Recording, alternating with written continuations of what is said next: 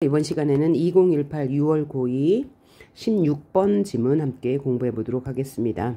자, 문제를 먼저 볼게요. 문제를 보니까 표제와 부제로 적절한 것은 이라고 했는데, 표제는 전체의 주제인데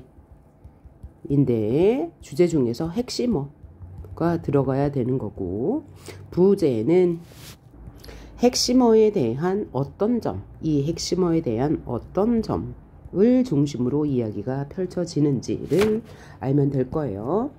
그렇게 풀면 되고, 30번은 유형거의 원리에 대해서 설명하는 것 같죠? 작용점, 받침점, 힘점 나오는 거 보니까. 그 다음 문제는 A를 참고하여 푸는 문제니까 A 부분 읽고 풀면 되고요. 다음 문제는 평지에서 출발하여 오른쪽으로 돌리면 손잡이는 어떻게 제어해야 되냐, 그 부분 나오면 읽고 풀면 되고요. 5번째 문제는 이제 어휘 문제예요. 어휘 문제 맨 나중에 풀면 되죠. 자, 그러면 1문단부터 보도록 합니다. 1문단. 자, 정조임금이 10년을 잡았던 수원 화성의 공사를 2년 7개월 만에 끝낼 수 있었던 이유는 무엇일까?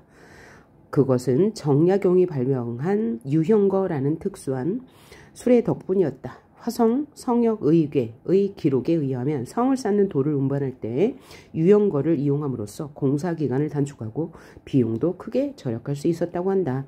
라고 1문단에서 얘기했으니까 이 전체 내용은 유형거의 장점에 대해서 설명하겠네요. 공사기간을 단축하고 비용도 절약했다고 했으니까요.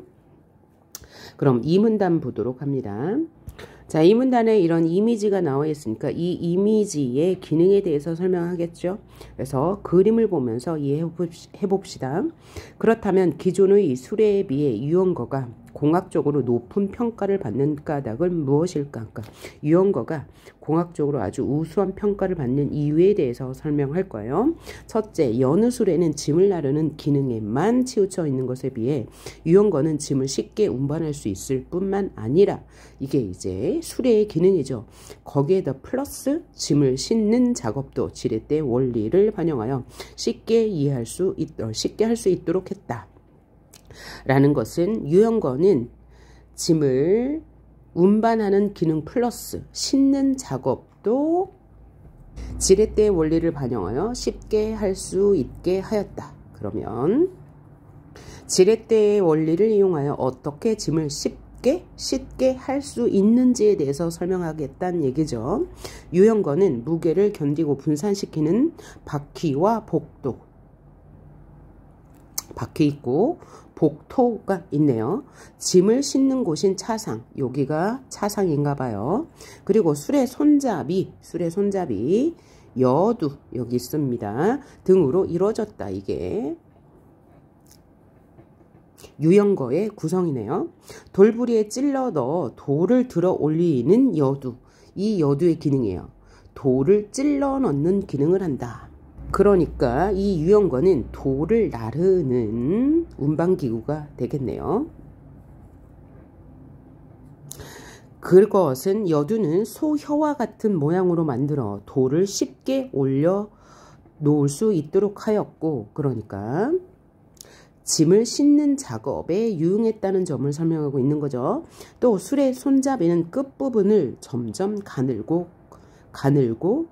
둥글게 하여 끝으로 갈수록 가늘어진다. 그리고 길게 한다. 둥글게 한다. 그래서 쉽게 조작하도록 하였다. 뭘 조작할까요? 짐을 싣는 작업을 조작하는데 유용했겠죠. 이 손잡이 부분을 잡고 올리면 여두가 낮아져. 손잡이를 올리면 여두는 낮아진다 라는 걸 확인했고요. 돌을 쉽게 차상에 올려놓을 수 있고, 차상이 짐을 싣는 부분이죠. 다시 손잡이를 내리면 돌이 손잡이 쪽으로 미끄러지게 했다. 이것이 바로 돌을 싣는 작업을 쉽게 하는 방법이네요. 그 방법은 뭐예요? 손잡이를 올려서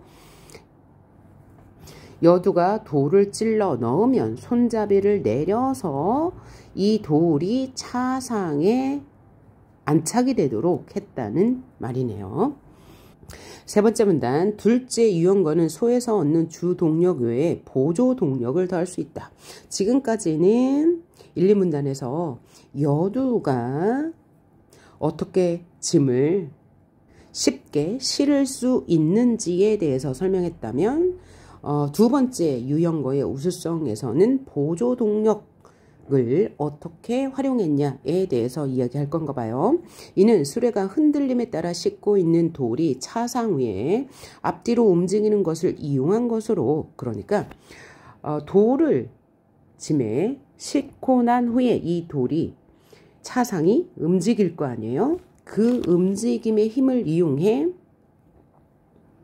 보조 동력을 얻었나 봐요. 그것은 어떻게 얻었냐? 바퀴축과 차상 사이에 설치한 복토라는 반원형의 장치 덕분이다 라고 했어요. 그러면 복토가 어디 있어요? 여기 있죠. 이것이 바로 보조 동력이다. 복토가 보조 동력이다. 여기까지 이해했고요. 상식적으로 복토로 인해 짐을 싣는 부분이 높아져 수레가 흔들리는 만큼 무게중심도 계속 변화하여 수레를 안정적으로 운용하기 어렵죠. 왜요? 수레가 흔들리니까요. 그럼에도 복토를 설치함으로써 얻을 수 있는 보조 동력을 정약용은 놓치지 않았던 것이다. 즉 유형거가 움직일 때 수레 손잡이를 들어 올리면 돌은 정지 마찰력을 극복하고 견인줄에 의해 멈출 때까지 수레의 진행 방향으로 여두 부근까지 미끄러지는데, 이때 생긴 에너지는 수레의 추진력을 더한다 라고 얘기했어요. 그러니까 이 보조 동력이 복토는 뭐에 의해서 조절이 되는 거죠? 이 손잡이. 자, 유형거가 움직일 때 수레 손잡이를 들어 올리면 돌이, 이 차상 안에 있던 돌이 움직여서 앞쪽으로 여두 부근까지 움직이는데, 이때 에너지가 발생해서 수레의 추진력을 더한대요. 그리고 수레 손잡이를 내리면, 이번에는 돌이 다시 수레의 진행 방향 반대쪽 내리면, 손잡이를 내리면 반대쪽으로 돌이 움직이고, 손잡이를 올리면 돌이 앞쪽으로 움직이는 추진력. 그렇게 뒤쪽으로 미끄러지다가 한 표라고 하는 조그만 나무 토막에 걸려 멈추게 된다. 여기가 한 표죠. 여기 한 표가 있습니다. 여기에 걸려서 돌이 더 이상 뒤로는 나아가지 않나 봐요. 그래서 멈추게 되는데, 이때 발생하는 에너지는 수레가 나아가는 것을 방해한다. 하지만 바퀴축을 중심으로 보았을 때, 바퀴축이죠. 여기가 바퀴예요. 축을 중심으로 보았을 때 여두까지의 거리가 길고, 바퀴축을 중심으로 해서 여두까지의 거리는 길다. 그리고 한 표까지의 거리는 짧다. 그러네요. 여기까지의 거리는 짧아요.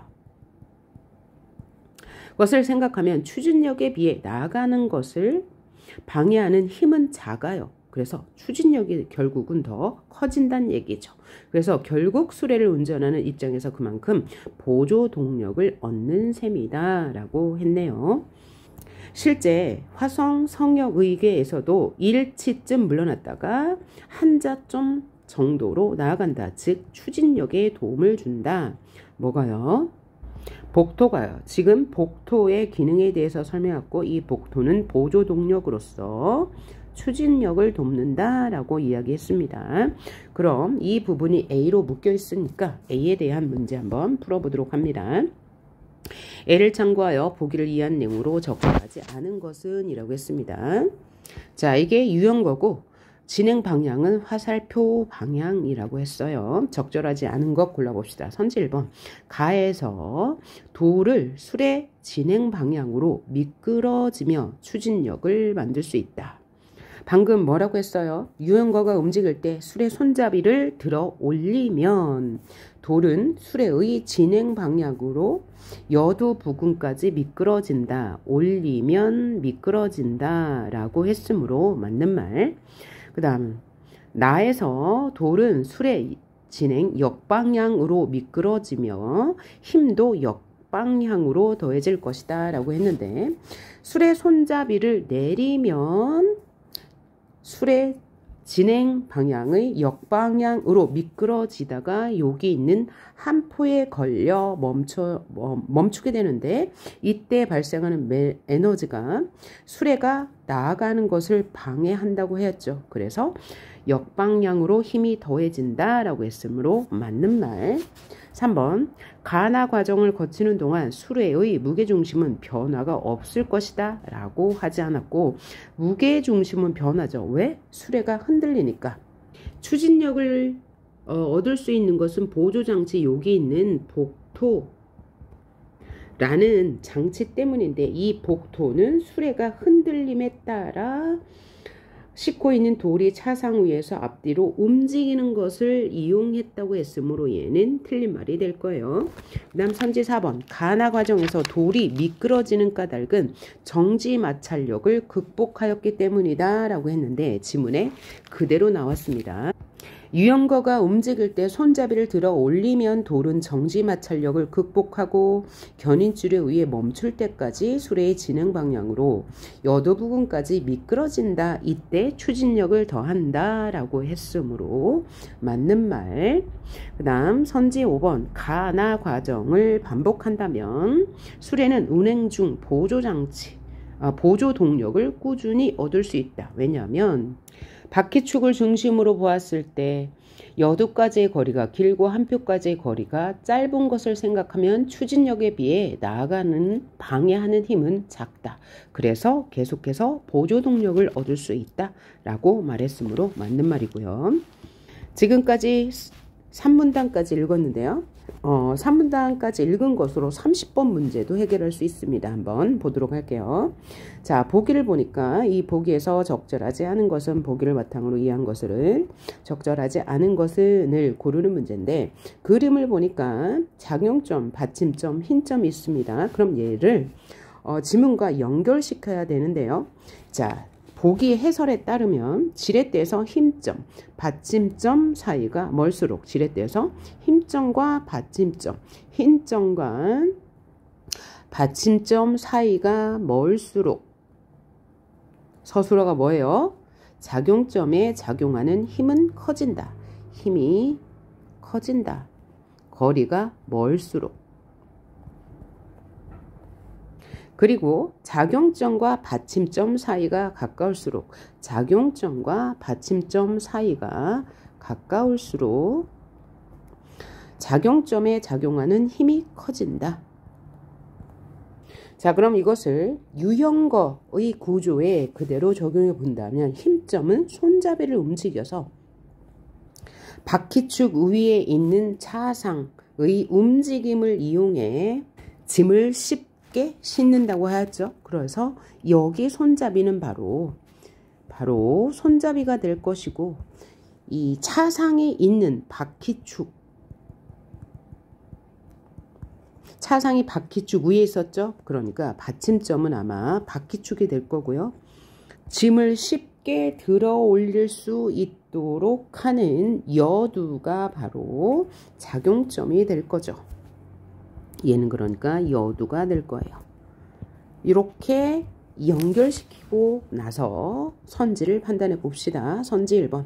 수레 손잡이 쪽에 한 표를 두어 힘점에 가해지는 힘을 늘리려 했겠군 이라고 했는데, 지문에서 한 표의 기능을 한번 봅시다. 한 표는 여기 있는 거예요.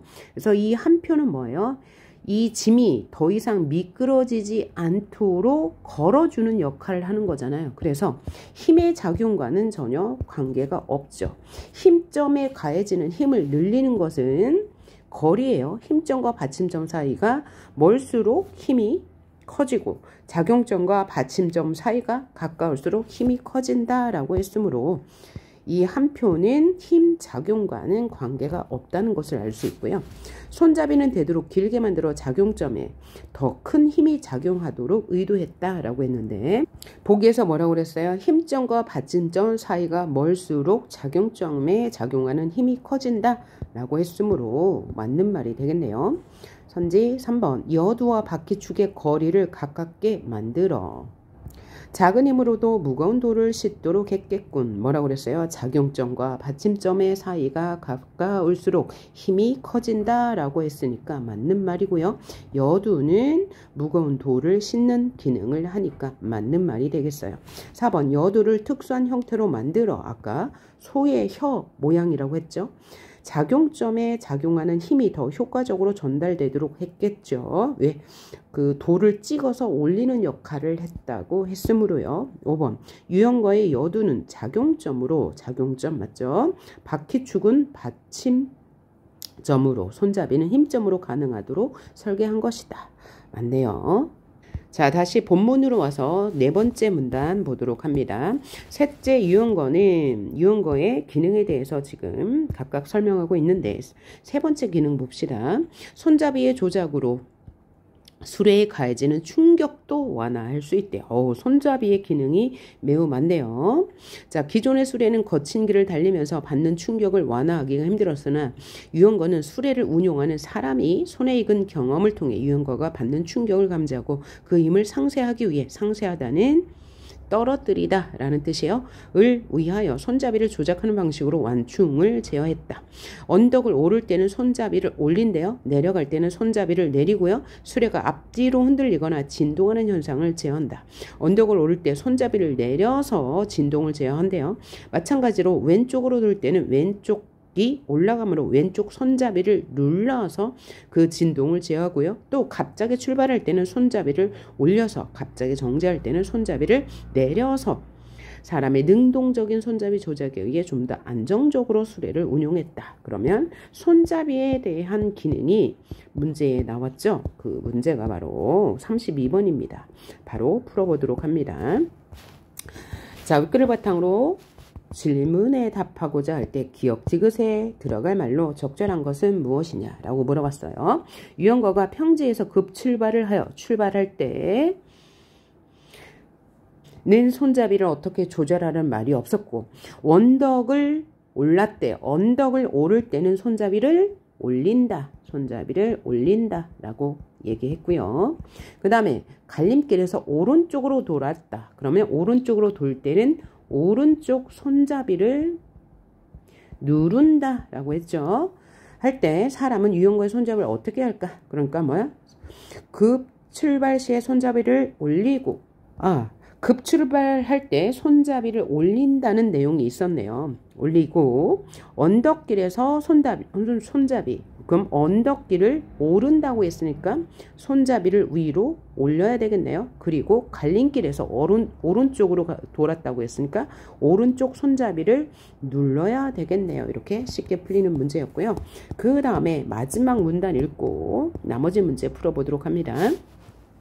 이상으로 볼 때 유형거는 단순한 수레라고 할 수 없다. 그죠? 유형거는 아주 우수하다. 유형거는 편리하게 짐을 실을 수 있는 지게차이면서 동시에 운행 중 덤으로 얻을 수 있는 보조 동력까지 갖추고 불안정한 상태의 수레 움직임을 보다 안정적으로 제어할 수 있는 완충장치는 손잡이로, 그죠? 보조 동력은 복도를 이용해서, 그죠? 할 수 있는 위대한 발명품이었다라고 했네요. 그래서 아주 오문단에서 정확하게 정리까지 해준 친절한 지문이었어요. 그럼 표제는 뭐예요? 우수성이죠. 유형거의 우수성이고 마지막 문단 바로 이용하시면 되죠. 자, 1번 선지 보니까 구조적 특징 및 분석을 중심으로 구조적 특징 뭐 있었습니까? 복도, 한표, 여두, 손잡이 이런 거 특징을 분석했죠. 자세히 나누어서 설명했으니까 맞는 말이고요. 미학적 특징은 말이 안 되고 효과적인 운반수단 뿐만 아니라 동력장치까지 있다고 했으므로 얘는 틀린 말이 될 거고요. 얘도 아닙니다. 그래서 쉽게 풀 수 있는 문제였고요. 이제 마지막 어휘 문제만 풀면 되겠네요. 자, 33번 어휘 문제. 문맥을 고려할 때 밑줄친 말이 동음이어가 아닌 것은, 그러니까 뜻이 같은 것을 찾아라 라는 얘기죠. 1번 문제 볼게요. 정부는 자국 공사를 수원하려 하였다. A는 뭐냐면 수원 화성의 공사예요. 공사는 여기서 어떤 작업이죠. 그런데 자국 공사는 공기업. 그런데 사자가 그 사자가 아니고 사절할 때 사자예요. 그래서 여기는 외교사절이란 뜻입니다. 그래서 동음이의어 맞네요. 외교사절이란 뜻을 가지고 있고요. 그 다음 2번 나르는 기능이라고 했는데 그는 나무를 깎는 기능을 연마했다라고 했어요. 그래서 나르는 기능은 어떤 작용이란 뜻을 가지고 있고요. 나무를 깎는 기능할 때 이 기능은 기술적 재능이란 뜻입니다. 기술적 재능. 그래서 동음이의어 맞고요. C는 안정적으로 운용한다라고 했어요. 여기서 운용한다라는 뜻은 무엇을 움직인다라는 뜻이고요. C는 여기 3번 선지 3번은 지구의 자원을 효율적으로 운용한다라고 했는데 여기서의 운용도 무엇을 움직이게 한다. 그래서 동음이의어가 아니네요. 그 다음 4번 D는 운영하는 입장인데 여기서 입장은 어떤 운영하는 처지라는 뜻을 가지고 있고 경기장 입구는 입장하다는 들어가는 사람이란 뜻이니까 들어가는 이란 뜻이므로 동음이의어 맞고요. 그 다음 2번 손잡이를 조작하는 에 밑줄이 그어져 있는데 조작한다는 움직인다 라는 뜻이고요. 여기서는 사건을 조작한다 라는 것은 사실인 것처럼 꾸민다 라는 뜻이므로 동음이의어 맞네요. 자, 오늘도 기술지문 봤는데요. 기술지문 생각보다 쉽습니다. 이렇게 문제 읽고 바로바로 적용하는 연습만 한다면 어렵지 않게 풀 수 있을 것 같아요. 예, 수고하셨고요. 다음 지문도 기술 지문으로 만나보도록 하겠습니다. 수고하셨습니다.